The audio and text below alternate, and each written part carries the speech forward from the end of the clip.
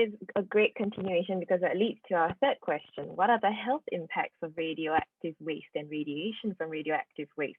Because that is the primary concern. Most people worry about, say, if the radioactive waste were to leak, because there have been a few news reports where groundwater is contaminated by radioactive waste, where, for example, in a meltdown, your concrete casts might have cracked and things may leak out into, say, groundwater, fresh water, or even the sea where people fish.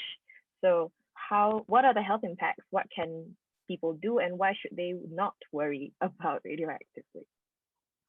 Well, to break that question down a little bit, I mean, ionizing radiation can have both beneficial and detrimental impacts.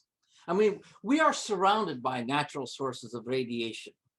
We have been all along. Most people don't understand that. But the impacts of radiation depend on the type of radiation, whether you're talking about alpha, beta, or gamma radiation. Alpha being the least penetrating and gamma being the most penetrating. But it also depends on the duration of exposure. It depends on the distance between people and the source of the radiation.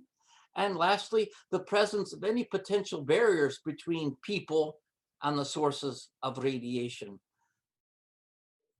So in short, the impacts can vary from basically nothing that can be detected medically to health problems and death. It all depends on the dose and the factors that I just mentioned. As far as radiation leaking into groundwater, then that becomes a rather site-specific question, is how much radiation, and is it a level that really poses a significant risk, or is the level so close to background radiation that it becomes more of a political concern rather than a technical one?